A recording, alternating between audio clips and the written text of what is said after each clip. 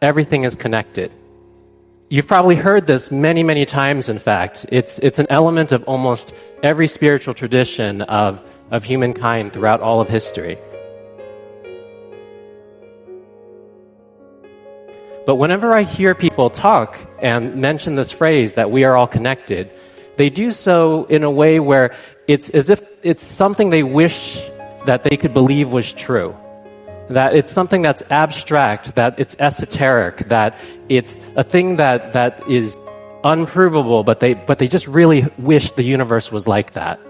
And today I'm here to describe that everything really is connected, and not in some abstract, esoteric way, but in a very concrete, direct, understandable way.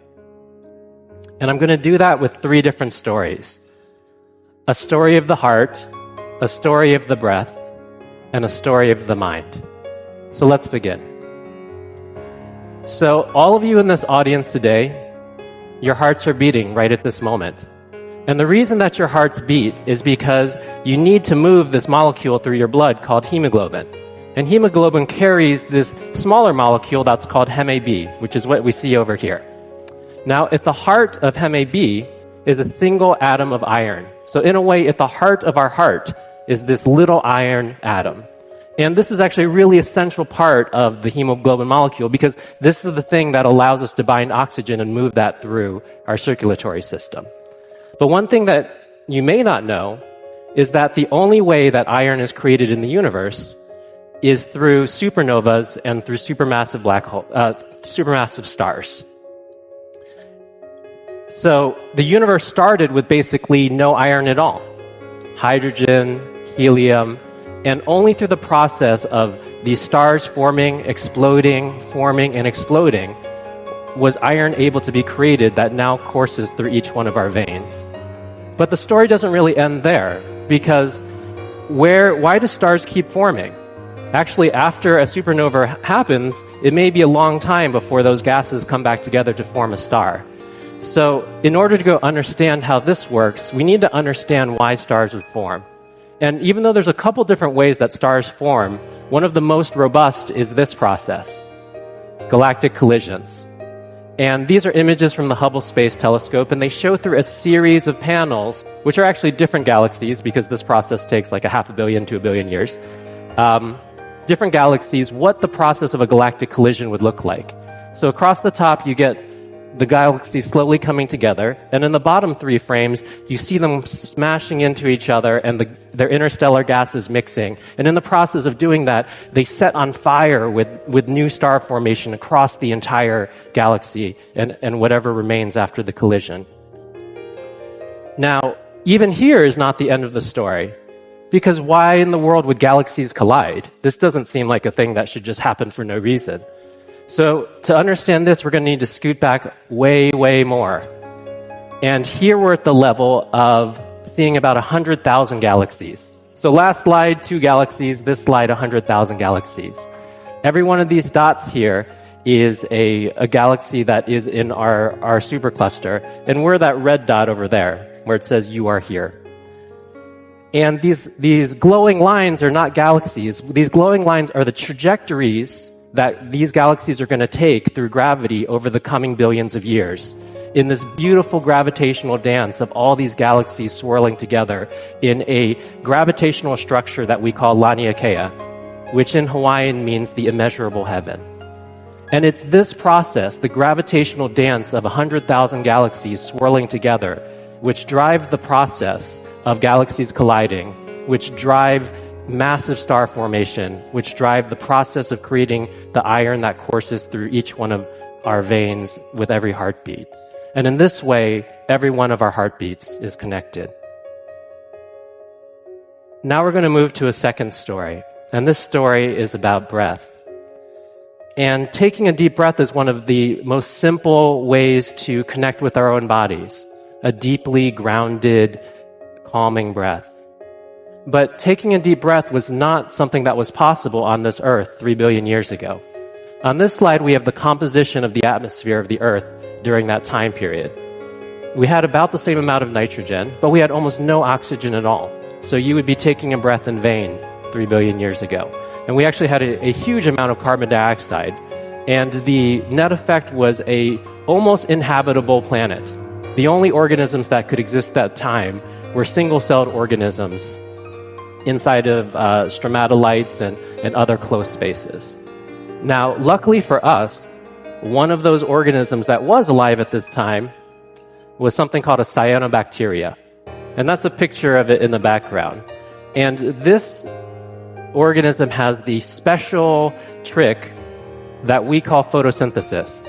The ability to go take energy from the sun and transform carbon dioxide into oxygen. And over the course of billions of years, so starting from 2.5 billion years ago, little by little, these bacteria spread across the planet and converted all that carbon dioxide in the air into the oxygen that we now have. And it was a very slow process. First, they had to saturate the seas, then they had to saturate the oxygen that the Earth would absorb, and only then, finally, could oxygen begin to build up in the atmosphere. So you see, just after about 900 million years ago, oxygen starts to build up in the atmosphere. And about 600 million years ago, something really amazing happens. The ozone layer forms from the oxygen that has been released in the atmosphere. And it sounds like a small deal, like we talked about the ozone a couple decades ago, but it actually turns out that before the ozone layer existed, Earth was not really able to sustain complex multicellular life. We had single-celled organisms, we had a couple simple multicellular organisms, but we didn't really have anything like you or me. And shortly after the ozone layer came into place, the Earth was able to sustain complex multicellular life. There was a Cambrian explosion of life in the seas, and the first plants got onto land. In fact, there was actually no life on land ahead of that. Another way to go see this is kind of a chart of pretty much most of the animals that you guys are familiar with, and right at the bottom in time is the formation of the ozone layer. Like nothing that you are familiar with today could exist without the contributions of these tiny organisms over those billions of years. And where are they now? Well, actually, they never really left us. The direct descendants of the cyanobacteria were eventually captured by plants, and they're now called chloroplasts.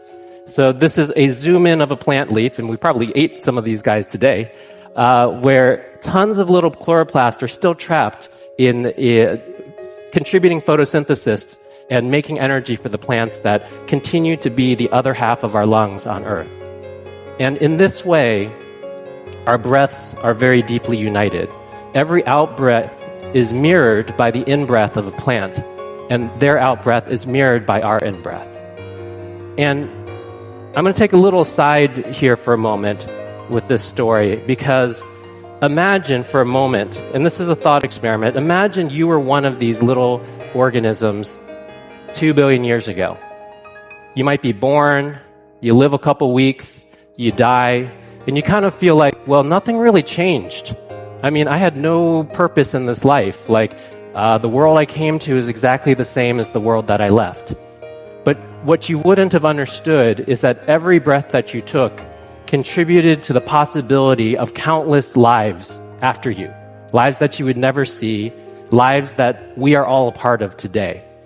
And it's worth thinking that maybe the meaning of our lives are actually not even within the scope of our understanding. Because it's true of every one of these organisms, and it may also be true of us. Last story of connection is the story of the mind. And this is not, our minds are all connected in some psychic way or some scientifically unexplainable way. I'm going to explain the connection of the mind through the simple story of this instrument. This is a piano. A beautiful thing about this instrument is it is so nuanced and so textured and so complex, and so much beauty can be created from it that people can make an entire career, they can make an entire lifetime out of playing this instrument. Professional musicians, concert pianists get to know this instrument deeply, intimately, and through it they're able to create with sound in a way that just dazzles us and challenges us and deepens us. But if you were to look into the mind of a concert pianist and you used all like the modern ways of imaging it, an interesting thing that you would see is how much of their brain is actually dedicated to this instrument. The ability to coordinate 10 fingers, the ability to work the pedal, the feeling of the sound, the understanding of music theory, all these things are represented as different patterns and structures in the brain. And now that you have that thought in your mind, recognize that this beautiful pattern and structure of thought in the brain was not possible even just a couple hundred years ago, because the piano was not invented until the year 1700. This beautiful pattern of thought in the brain didn't exist 5,000 years ago. And in this way, the skill of the piano, the relationship to the piano, the beauty that comes from it was not a thinkable thought until very, very recently in human history.